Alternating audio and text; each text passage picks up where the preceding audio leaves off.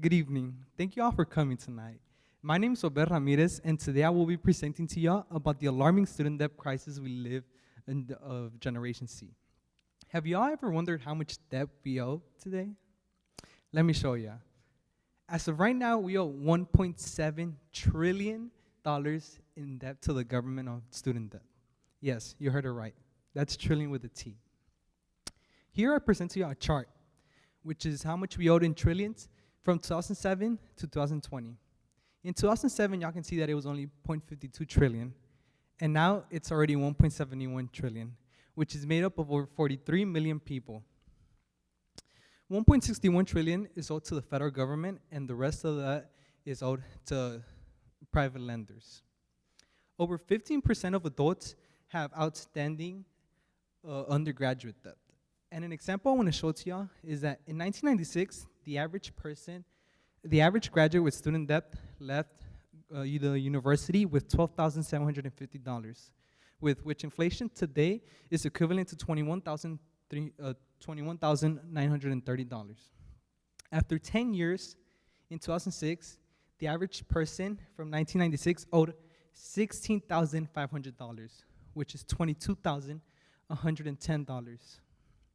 So after those 10 years of paying debt, you're telling me that their debt increased only $200. It didn't go down. And why is that if we have so many payment plans? Well, let's talk about it. We have payment plans that help us and are supposed to help us, but those payment plans, they help you pay only 10% of your income. But what this causes is that if you're only paying 10% of your income, the interest rate keeps increasing, and if it depends if it's fixed or not, and if it's not fixed, it's when most people get hurt and when the loan gets higher and higher, and not a lot of people don't pay enough to hurt the principal, and that's why the debt keeps increasing. Another problem that they have repaying the debt is that 1 in 4 make less than $30,000 a year, and I'm talking about 1 in 4 graduates of university. 1 in 7 make less than the poverty line in the United States. Here, I put a chart for you all to see. People that owe between $5,000 and $20,000 between the second quarter of 2017 and the first quarter of 2022 owed 5% less in that time span. But for those people that owed between $80,000 and $200,000, their debt increased by a mere 30%. And those owing $200,000 and more, it increased by 69%. Most of these people, though, are, when the 200,000, they're going to become lawyers, doctors, and people that can pay off their debt. While people in the 80 and 200,000, a lot of them can't finish universities and get trapped on the debt that they can't pay. One time I was sitting with my friend talking. He's over there with Alejandro, and we were talking about college. We were talking about how we were going to do to pay college. And a woman came near to us and started talking to us about college. And she told me we were going to be too young to understand what it meant. But she said that after 10 years, she had only paid $5 off of her student debt.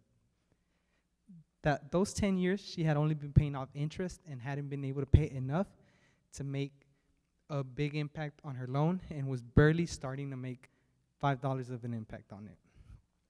So what are the results of this? The results is that before coronavirus, we're talking before, 1 in 10 people had already defaulted their loans, which means that they had not made a payment in 270 days. Fewer than half of the borrowers were even paying on their loans.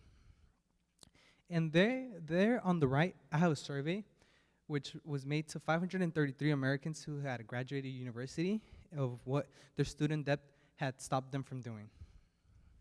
40% of those people cannot travel. 31% of those people cannot start investing and saving for their retirement. 31% cannot start saving for their retirement. 11% of those people cannot even have kids. They cannot afford having kids. And 20% of those people cannot go back to school and study. What this caused as well was the slow growth of new businesses. And due to a lot of debt that people acquire, they don't have enough capital, enough money to buy homes. And that's why the rates of home ownerships are very low at the moment and continue to decrease. All this debt also makes it harder to weather recessions and to suppress consumer spending. So how can we fix this?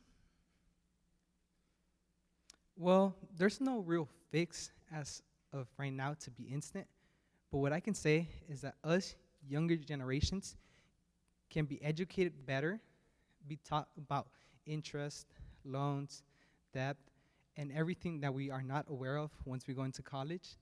And this, I am for sure, will make a huge difference in how the debt and how we acquire debt in the future for student debt. Thank you.